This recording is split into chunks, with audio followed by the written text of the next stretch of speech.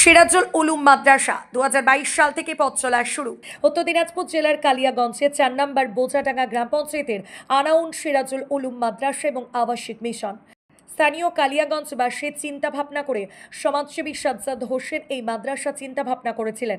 কয়েক বছরের মধ্যে এখান থেকে পড়াশোনা করে অনেকেই সাফল্য অর্জন করেছে। এই মাদ্রাসা 2022 সালে পথ চলা শুরু করেছিল। সুবিধা এটা হচ্ছে আবাসিক মাদ্রাসা।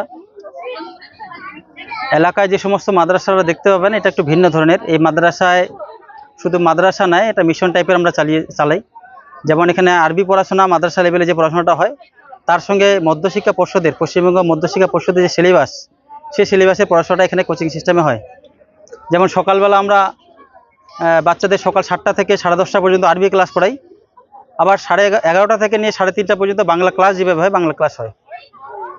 আর থাকার ব্যবস্থা আছে। আমরা বাচ্চাদের 3 বেলা খাওয়া দিই।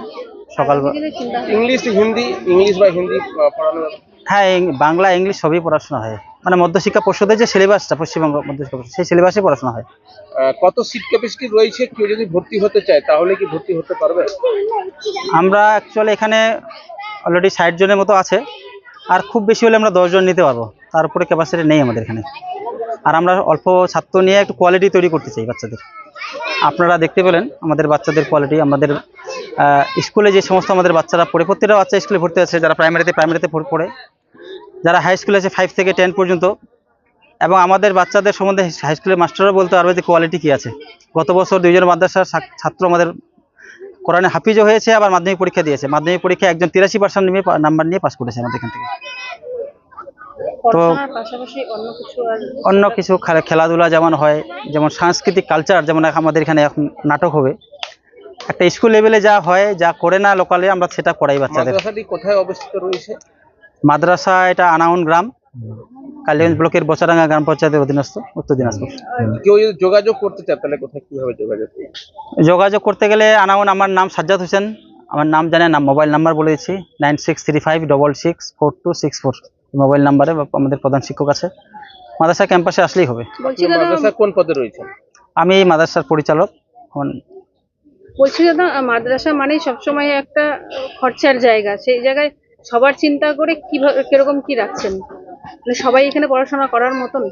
মাদ্রাসায় আমরা যেভাবে রেখেছি, আমরা চাইছি যে যারা স্বচ্ছ ফ্যামিলির মানুষ তারা যেন মাদ্রাসায় বাচ্চাদের দেয়। মাদ্রাসায় অ্যাকচুয়ালি যারা গরিব মানুষ তারা পড়ায়, এইটাই একটা ট্রেডিশন চলে আসতেছে আমাদের। কিন্তু আমরা একটু এখানে ফিস নিই, যারা গরিব মানুষ তাদেরকে কম নেওয়া হয়, যতটুকু দেওয়ার সাধ্য মতো নেওয়া হয়, বাকি আমরা নিজেরা ভর্তুকি দিয়ে এলাকায় কালেকশন করে চালাই মাদ্রাসাটা। আমরা তো দেখা গেছে যারা গরিব মানুষ আছে তাদেরকে স্বইচ্ছায় আপনার হচ্ছে টাকা পয়সা ছাড়াও অনেক বাচ্চা আছে, প্রায় 7 জন বাচ্চা আছে যারা এতিম, যাদের বাবা মা নেই, তাদেরকে আমরা বিনা খরচে পড়াই, টাকা পয়সা দিতে হয় না, আমরা কাপড় সহ দিয়ে দিই। 15ই আগস্টে দেশ এবং রাজ্যের পাশাপাশি এই মাদ্রাসায়ও 80তম স্বাধীনতা দিবস পালন করা হয়। দেশের জাতীয় পতাকা উত্তোলন করেন বোচাডাঙ্গা পঞ্চায়েত প্রাক্তন প্রধান অমৃতলাল রবিদাস এবং মাদ্রাসা সম্পাদক সাজ্জাদ হোসেন। এছাড়াও উপস্থিত হয়েছিলেন একাধিক শিক্ষাবিদ, সমাজসেবী, অতিথিবর্গ, ছাত্রছাত্রী, অভিভাবক এবং স্থানীয় বাসিন্দারা। মাদ্রাসার পক্ষে র্যালি, 15ই আগস্ট নিয়ে ছাত্ররা আলোচনা পাঠ, দেশভক্তি গীত এবং নাটকের আয়োজন করা হয়। কিন্তু আমরা যদি আমাদের মেয়েদের শিক্ষিত না করি, তাদের বাল্যবিবাহ দিই, তবে সমাজ পরাধীনতায় থেকে যাবে। আমাদের দেশে 18 বছরের নিচে মেয়েদের বিয়ে দেওয়া শাস্তিযোগ্য অপরাধ। তাই আপনি ওর বিয়ের খরচ নয়, পড়াশোনার কথা ভাবুন। আমি ওর পড়াশোনার সমস্ত দায়িত্ব নিলাম। শপথ নিই। সামাজিক ব্যাধি ও আইনত অপরাধ।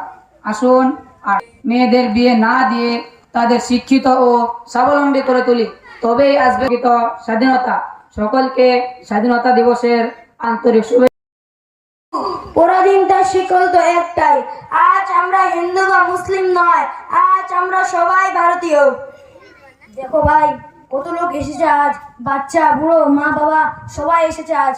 আমরা কোনো শান্তি চাই না, আমরা শুধু শান্তিতে আমার অধিকারের কথাটা বলতে চাই।